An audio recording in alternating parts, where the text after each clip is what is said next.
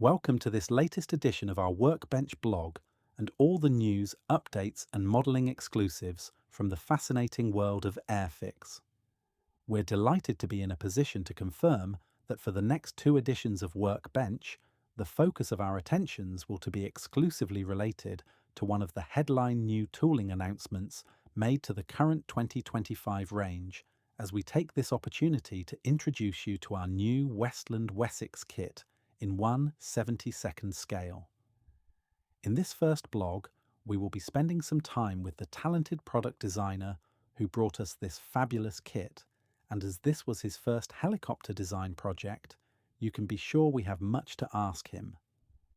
Not only will we be bringing you details of how the design phase of the new Wessex kit was successfully negotiated, but we will also be sharing an impressive selection of exclusive CAD screenshots with you as we guide you through some of the design nuances of this impressive helicopter addition to the Airfix range.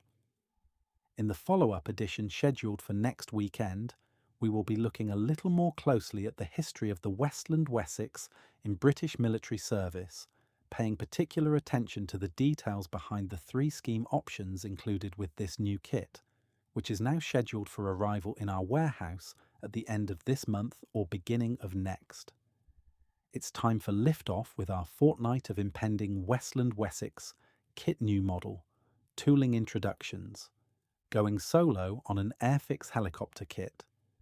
With the benefit of having 10 years of readership statistics to refer to here at Workbench, we know how additions which feature designer new tooling project insights always prove incredibly popular with our audience, and how the work of our specialist product designers continues to be of interest to many in the modelling community.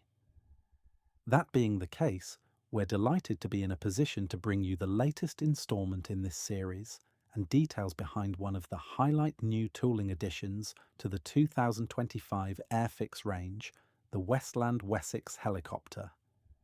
We like nothing more than documenting the talents of our design team members, not only because they usually spend long hours quietly working away on creating the model kits we all love to build, but also because their work is so challenging and specialised, completely fascinating to us mere mortals. In fact, if it wasn't for these Workbench features, their efforts might be in danger of passing largely unheralded, and that really doesn't seem acceptable to us. The difficulty we have when putting these articles together is in trying to do justice to the fascinating conversations we have with them, allowing readers to experience their world for a moment and to see just how challenging this work can be. The man stepping into the Workbench spotlight this time around is Ethan Barker, a chap who we've been fortunate enough to chart the professional development of through his design projects during his time here at Airfix, a man most of us will associate with the Ferret Scout car kit, an extremely popular addition to the range, and one which was Ethan's first solo design project. Where do we find such talented people? Now, with many an Airfix design project behind him, it was time for a new challenge, his very first helicopter. This was going to be something very different for him, and something we were desperate to learn more about. The only appropriate way to start these designer interviews is right at the beginning, so to this end, we asked Ethan when he started looking at the Wessex files. That sounds like something from an espionage thriller. He told us that he opened his personal project files on the 16th of October 2023, and how the start of any project will ultimately encompass quite a few phases in each stage of the process. Using a term like design phase really doesn't accurately describe what this stage entails, as there are so many different facets to each phase which all carry equal importance.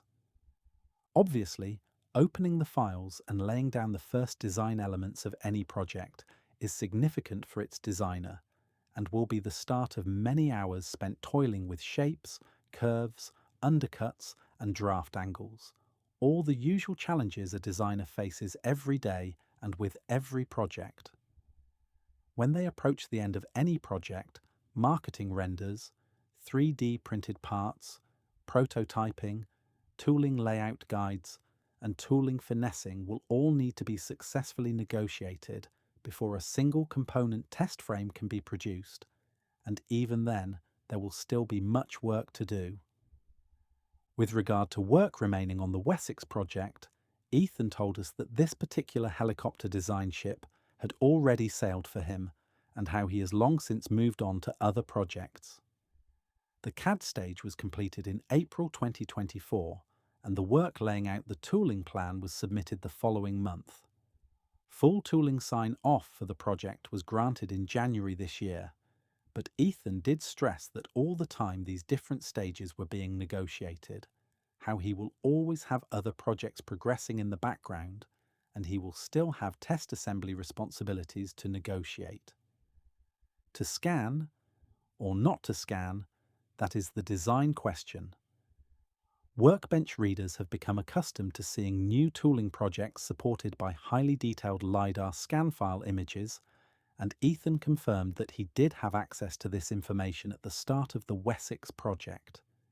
He was also quick to point out that scan data files are not the design panacea they may appear to be, and how in most cases a combination of scan, original drawings, photographs, and research material will all be needed in providing a designer with the support he needs in successfully completing any project. Indeed, LiDAR scanning technology isn't infallible, and a designer quickly learns to understand where certain details may not be replicated correctly in scan, and how he will require additional support in these areas. For this project, Ethan was handed scans from 2 different preserved aircraft by his researcher, along with details of which variants of the helicopter his design would need to encompass, plus a host of other guidance notes and research support material. He also had the opportunity to visit a museum and inspect a beautifully preserved example of a Wessex. In fact, he was allowed to essentially crawl all over it.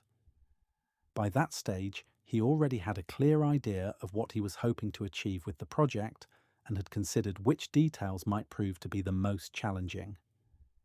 That being the case, whilst an inspection visit is not essential in supporting a new design project, it does allow the designer to feel much more confident about the task ahead.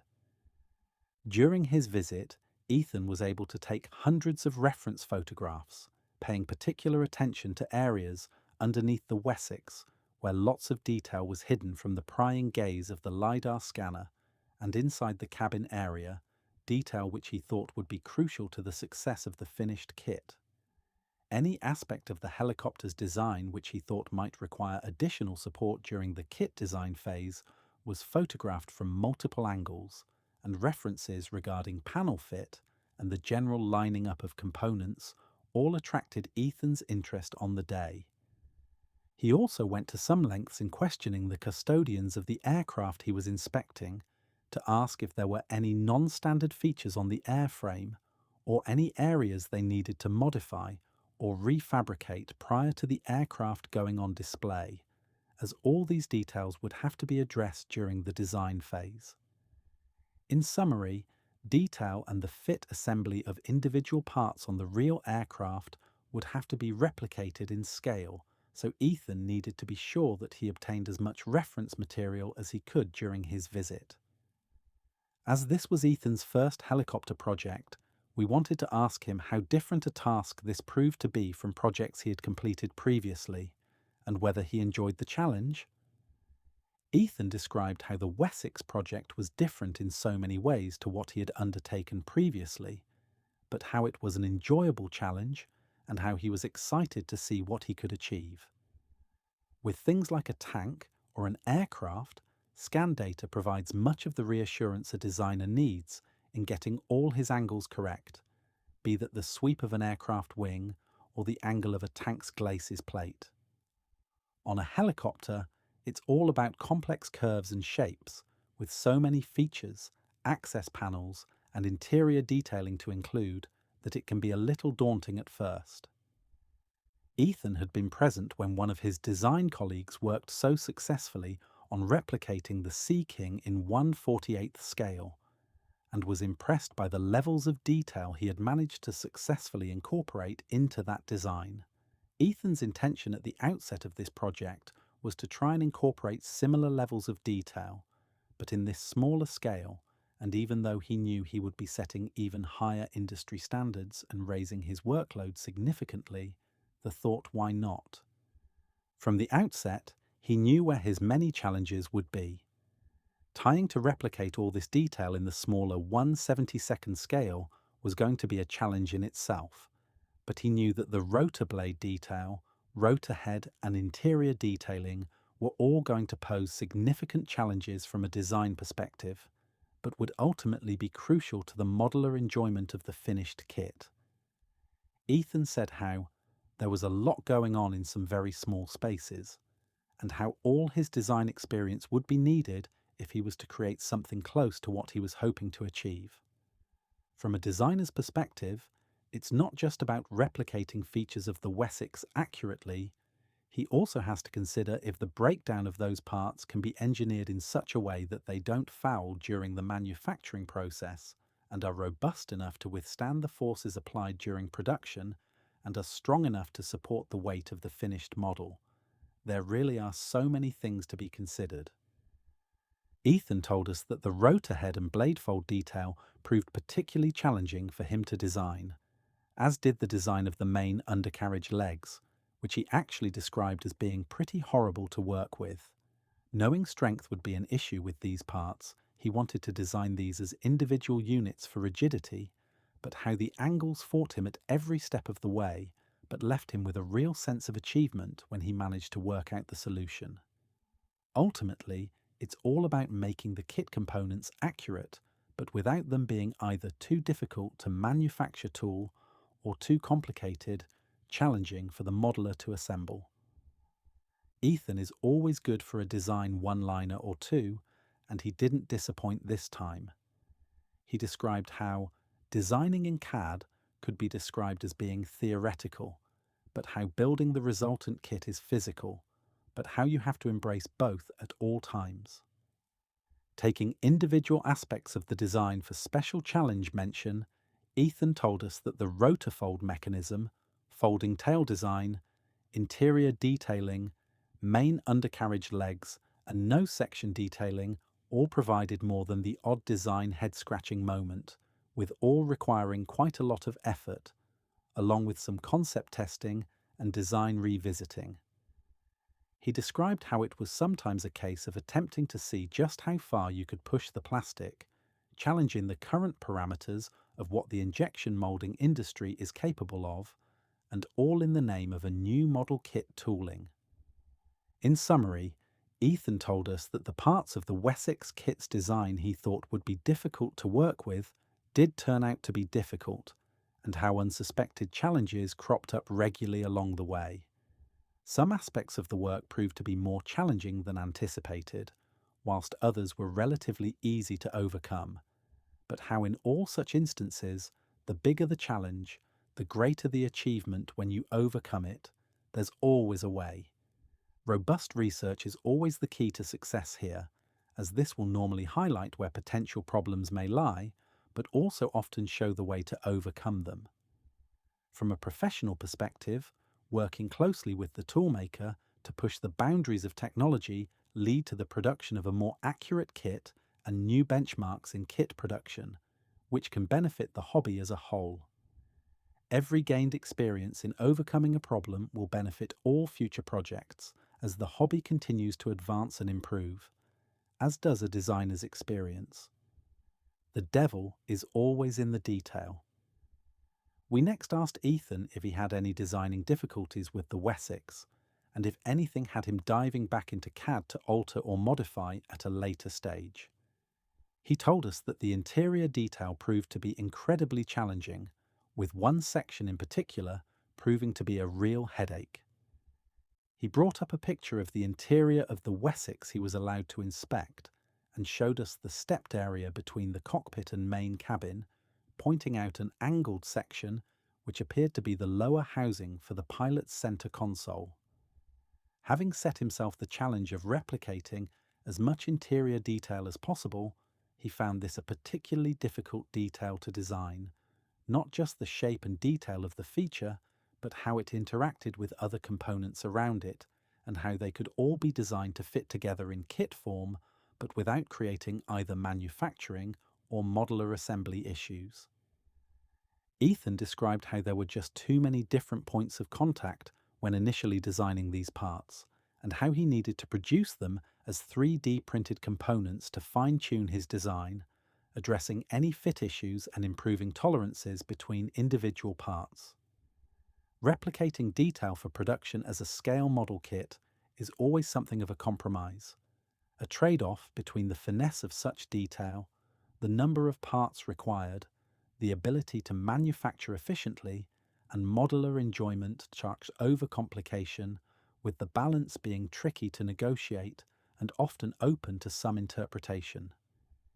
Is adding detail to larger components possible from a manufacturing perspective, but would splitting into several smaller parts affect the strength and assembly integrity of the overall build? We told you this was difficult stuff to get your head around. Quite a recent development, 3D printing technology can provide the designer with much greater flexibility these days, allowing them to assess and perfect aspects of the CAD file prior to sending them off for tooling production, saving time and often money, as opposed to discovering fit and assembly issues further down the development line. Ethan's personal challenge of attacking the replication of detail as if he was designing a 1/48th scale kit will definitely benefit those building this kit following its release, but does lead to another unusual issue Airfix designers have faced over the years. When it comes to internal detail, some modelers absolutely love it, and are of the opinion that if it's on the real aircraft, they want it on their scale model kit replica. Others might just want a representation of the subject covered itself, with detail they see as being hidden inside the build, being something of a waste of effort on the part of the designer. We suppose the skill is to cater for both groups of modelers if possible. However, in the case of the Wessex kit, Ethan was in pretty safe territory because the number of optional and posable parts he included made it easy to admire the interior detail once the kit has been assembled, be that in the cockpit or in the main cabin itself. In any case, having sat in a Wessex and seen all that delightful internal detail, Ethan was determined to incorporate as much of it as possible into his design. On the subject of moulding, anyone who has made a recent Airfix helicopter kit will know just how large and impressive the main fuselage components can be, and we wanted to find out if designing parts this large create any specific problems from a kit production perspective. Every Airfix designer has a set of tolerance parameters they have to adhere to with every project they undertake, including minimum wall thickness when it comes to the plastic components themselves, and ensuring design shapes don't create moulding difficulties when it comes to producing the kit parts. Both designers and tooling manufacturers know what to look out for regarding these potential pitfalls, and are well versed in ensuring such problems don't make it through to production. In the rare case that something has been overlooked by one side of the other will step in and raise the issue before development proceeds further. Despite the fact that these helicopter fuselage halves are large and impressive components for sure, Ethan told us that as they're essentially a collection of curved design elements which tend to be much easier for a production tool to cope with, therefore rarely creating a problem for the designer. In the case of the Wessex, the relatively flat underside of the fuselage would have created a tooling foul issue had it been designed as part of the main fuselage sides. However, Ethan overcame this by designing the central section as a separate part, allowing all that fine detail to be incorporated, whilst overcoming any possibility of a potential production issue. Once the plastic has been injected into the mould under pressure and the component frame produced, after a set time for cooling, the two halves of the tool come apart to reveal the new plastic part frame, and ejector pins push through the inside tool to free the frame from the tool to be collected beneath.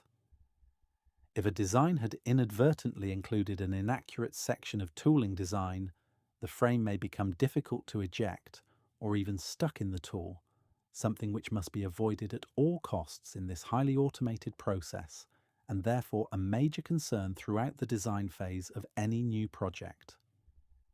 Ethan kindly sent us a couple of pictures showing the new Wessex fuselage tool halves, which not only serve as a fascinating insight into this work, but also clearly illustrate the end result of what the many months a designer spends in CAD software is attempting to produce.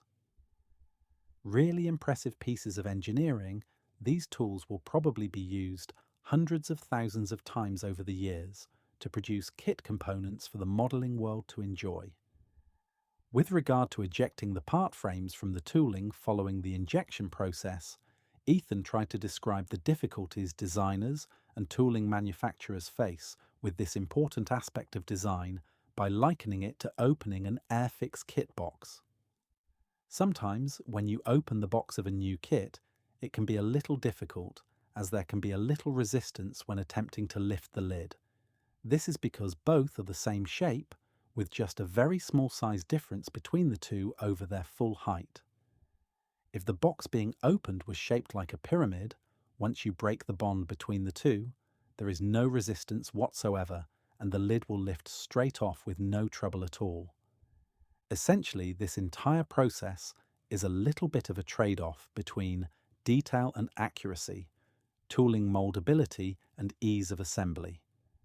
If you manage to successfully circumnavigate all these important factors, you'll have yourself a new Airfix model kit tooling on your hands, the quickfire question round. Despite the milled tooling blocks being truly impressive feats of engineering excellence, Ethan told us that for some finer detail, even this process is not capable of replicating it with enough finesse, and in circumstances such as these, how a process called EDM, or electrical discharge machining, is called upon. Often using copper plates inserted into a tooling to replicate fine surface detailing, rather than using a milling tool to cut steel away, this process uses electrical discharges to melt small sections of metal, causing it to vaporize. This can be used to replicate the finest of detail and can give any project real character. However, the copper is clearly much less robust than the steel tools and may need replacing from time to time. Moving on to the subject of time-consuming elements of the design, other than some of the issues already raised, Ethan said the interior quilting details was both challenging and time-consuming to replicate. This is such a distinctive feature of the inside of a Wessex that Ethan was always going to replicate this as part of his design, but he soon found out that doing so accurately would involve an extended period working at his computer. The flat surfaces weren't too much of an issue for him at all, and once he'd accurately designed his first single quilt square, he was able to simply pattern this across the rest of the flat surface detail. Where his problems started were on the raised detail sections and some of the weird shapes and ducting detail, which was also covered in this quilting. On initially attempting to copy the detail across these raised areas, the squares became misaligned and didn't look right at all, so Ethan had to individually plot, design, and locate each and every quilt square on these raised sections, something which was both time-consuming and rather laborious. Although he's delighted with the finished detail, he told us that on the cabin roof design component alone, there were 500 individual design actions required to replicate it correctly. But how this was detail he simply wasn't prepared to compromise on. This same attention to detail was applied to such features as the canvas chairs in the main cabin, the mesh detailing both inside the helicopter and over the external inspection panels, and the surface detailing which will hopefully make this such an enjoyable kit to build and admire. On to our quickfire questioning round now, where one-line answers are the order of the day. Firstly, what proved to be the most challenging design aspects on Wessex? Ethan started by saying, "Can I only pick one?" He eventually went with the rotor head and tail rotor fold feature. Such a distinctive element of the kit, but one which had to be designed to be strong enough as individual parts, but also to be of scale thickness. He also needed to make sure they moulded correctly, with the correct amount of surface detailing replicated. This feature alone would take a lot of effort to design to his satisfaction. Next, Which aspect was the most time-consuming? This one was easy, as Ethan referred us back to the interior padding and quilting detailing. It does look great though. How about the most frustrating part of the design phase? Again, Ethan had no hesitation in offering two different aspects of the Wessex design here, the main undercarriage legs and the nose detailing.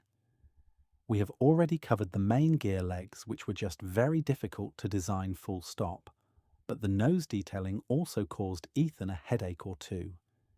He described the nose design as being a real pain, as it was just a collection of unusual and challenging shapes which really needed his full commitment in understanding how they all came together. He then had to replicate these in kit form without overcomplicating the assembly sequence, ensuring all these unusual shapes moulded as intended during production. What about the most rewarding aspect of your time designing the Wessex? In addition to the levels of details he was able to incorporate into the design of his Wessex, Ethan was pleased with the amount of posable detail the kit incorporates, offering the modeler lots of choice when it comes to building and displaying the model. Whilst achieving all this, he also thinks that the overall assembly process has not been overcomplicated, and how time spent building the Wessex kit will hopefully be a pleasurable experience for all. What do you think modelers will appreciate most about the new kit? Again, Ethan suggested the detail and build options incorporated into the new kit, with those who enjoy creating dioramas having plenty to work with when it comes to the new Wessex kit. To say this is a 1/72nd scale design, he's proud of what he managed to achieve from a detail perspective, and he hopes modelers will see it as a valuable new tooling addition to the range. And finally, we never like to let one of these opportunities pass without asking our designers if there's a particular project they would like to take on in the near future, and certainly during their Airfix career, something of a design project free hit, so to speak. Ethan told us that he's actually not much of an aviation fan, and having been brought up in the countryside, he's probably more interested in tractors than he is typhoons. He loved working on the Land Rover starter set, as this was right up his street, as was helping out on the RNLI Shannon-class lifeboat project. Ultimately, if he could design something no matter what the subject matter, it would probably be a range of highly detailed construction vehicles. But as he also has a real passion for innovation, he wouldn't turn his nose up at the opportunity to work on some space or sci-fi kit project. We think the new Westland Wessex kit is a real credit to Ethan and his design talents, and we're certain it's going to be an incredibly popular addition to the range following its relatively imminent release. One of the world's first truly versatile helicopter designs, the Wessex enjoyed an impressive 40-year service life with Britain's military, making this surely one of the most significant aircraft of the post-war era. We think Ethan has done the legacy of this distinctive helicopter proud with his new kit, and can't wait to get our hands on one. We would like to thank Ethan for spending so long time discussing the Wessex project with us, when he could clearly have been doing something far more constructive instead. His enthusiasm for the project was truly infectious, and we only hope we've managed to bring this through within this article. The pictures he sent us will hopefully illustrate some of the points raised and allow us a further interesting insight into the life of an Airfix product designer. We'll be hearing more from Ethan and his Airfix design projects in the very near future. In the next Wessex follow-up edition, we'll be looking a little more closely at the assembly and finish options available with this new kit, along with taking a look at the history of this successful helicopter during its service with both the Royal Navy and the Royal Air Force. Discovering details behind the 3 scheme details on offer with the new kit, we will also have an impressive selection of built model images to share with you, just in time to help you choose prior to the model arriving in our warehouse. Until then, we hope you enjoy this latest designer interview edition of Workbench. We are afraid that's all we have for you in this latest edition, but we will be back next Friday with more project development updates and the very latest Airfix kit exclusives. In the meantime, We are always keen to hear your views on all things Airfix, and in particular, any thoughts and opinions you may have regarding our Workbench blog. If you would like to drop us a quick line, could we please ask that you use our workbench@airfix.com email for all correspondence? To revisit any of the Airfix blogs we have produced over the past 7 years or so, please head to our main Workbench hub, where you will find our entire blog back catalogue and all the Airfix design projects we have already covered. If you're watching on YouTube, please like and subscribe.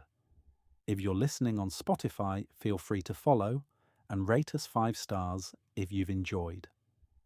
We'll see you next week for another installment of Workbench. This podcast audio was generated by AI using text written by a human.